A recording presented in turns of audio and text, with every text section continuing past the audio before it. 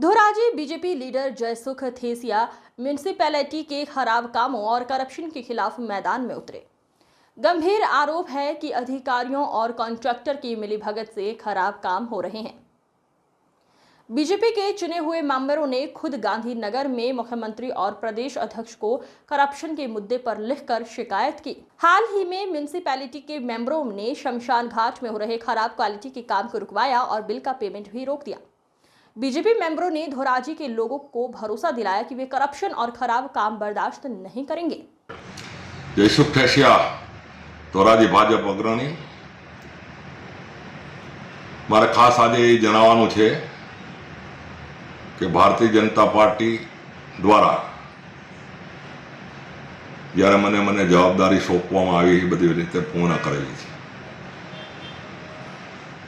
ધારાસભાની ચૂંટણી, લોકસભાની ચૂંટણી, ત્યાર પછી નગરપાલિકાની ચૂંટણી આવતા નગરપાલિકાની ચૂંટણીમાં એક વ્યવસ્થિત સમિતિ બનાવી જવાબદાર લોકો, સિનિયર આગેવાનો, ધોરાજીના ડોક્ટરો, વકીલો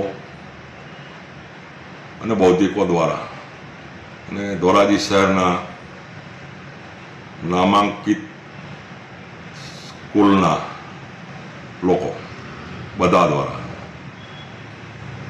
અને અમારી જિલ્લાની ટીમ સાથે મળીને ધોરાજી નગરપાલિકામાં 24 સીટ બહુમતી લઈ આવ્યા। નગરપાલિકામાં ભાજપનું શાસન આવતા વિકાસના કામની ગતિઓ તેજ થઈ, પરંતુ ક્યાંક ને ક્યાંક કોઈ કોન્ટ્રાક્ટરો દ્વારા, અધિકારીઓ દ્વારા મિલીભગતોથી અમારા ભાજપને નુકસાન થવા માંડ્યું। ત્યારે અમારા ભારતીય जनता પાર્ટીના જવાબદાર નગરપાલિકાના સભ્યો દ્વારા લેખિતમાં રજૂઆતો થઈ। લેખિતમાં રજૂઆતો થતાં જવાબદાર આગેવાનો દ્વારા એમને કહેવામાં આવે કે તમે આ લેખિતમાં રજૂઆત ન કરો। આમ તો સભ્ય બધા ભેગા થયા અને બધાને જાણ કરી 3 થી 4 વખત જવાબદાર લોકો સાથે મીટિંગ થઈ, જેમાં પ્રદેશ ઉપાધ્યક્ષ રમેશભાઈ ધરૂપ, ધારાસભ્યશ્રી, મહામંત્રીશ્રી બધા હાજર હોય અને બધાની હાજરીમાં બધી ચર્ચાઓ થઈ હતી। ત્યાર પછી પણ કાંઈ ફરક ન પડતા ભારતીય જનતા પાર્ટીના ચૂંટાયેલા સદસ્યો ગાંધીનગર ખાતે જઈને અમારા જિલ્લાના પ્રભારી, અમારા સૌરાષ્ટ્ર ઝોનના પ્રભારી અને પ્રદેશ પ્રમુખ અને મુખ્યમંત્રીશ્રીને લેખિતમાં બધું તપાસ કરવા માટે આપીને આવ્યા છે। ગઈ 15 તારીખે આ બાબતે અમારે જવાબદાર લોકોએ મનસુખભાઈ સાંસદ દ્વારા ઘણી સૂચનાઓ આપવામાં આવી, એમને પણ રજૂઆતો કરવામાં આવી, એમને સારો પ્રતિભાવ આપ્યો।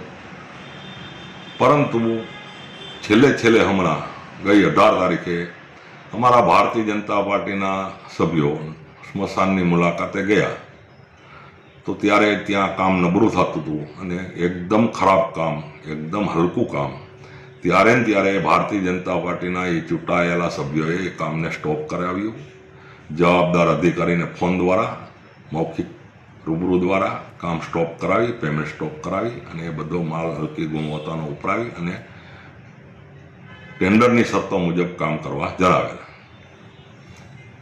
પરંતુ 2 દિવસથી આ ગામમાં કોઈ પણ ચૂંટાયેલા સભ્યો દ્વારા વાતો તો થાય કોઈ પણ જગ્યાએ।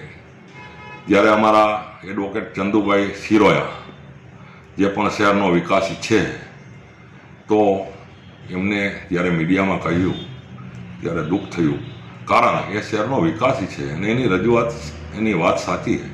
પરંતુ આજે મીડિયામાં કોંગ્રેસ અને બીજા અન્ય લોકો કૂદી પડતા મારે ખાસ ધોરાજીની જનતાને જણાવવાનું છે કે ભારતીય જનતા પાર્ટીના ચૂંટાયેલા સભ્યો દ્વારા જ્યારે લેખિતમાં મુખ્યમંત્રીશ્રી અને અમારા પ્રદેશ પ્રમુખ સુધી લેખિતમાં રજૂઆતો પહોંચાડતા હોય કે આ કામમાં ભ્રષ્ટાચાર છે, આ કામ નબળું છે, એમની તપાસ કરી અને જવાબદાર લોકો સામે પગલાં લેવા। અમારા સાંસદ જ્યારે પણ આવે છે ત્યારે એમને કંઈ પણ નાની મોટી રજૂઆતો કરીએ છીએ તો હકારાત્મક પ્રતિભાવ આપી અને પ્રશ્નનો નિકાલ કરવા યોગ્ય મદદરૂપ થાય છે। એટલે મારે ધોરાજી શહેરની જનતાને એટલું જ કહેવાનું છે કે સરકાર દ્વારા ધોરાજીના વિકાસ માટે અઢળક પૈસા આવે છે, બહુ મોટું બજેટ આવે છે.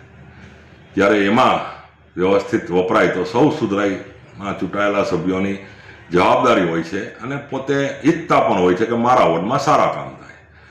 માટે તો શું અમારા ભાજપના સભ્યો લેખિતમાં આપે છે કે ભાઈ આ કામ ખરાબ છે અને આ કામ નબળું છે, જેની તપાસ થવા યોગ્ય અધિકારીઓને, યોગ્ય પદાધિકારીઓને અમારા ભારતીય જનતા પાર્ટીના યોગ્ય આગેવાનોને રજૂઆત કરે છે. માટે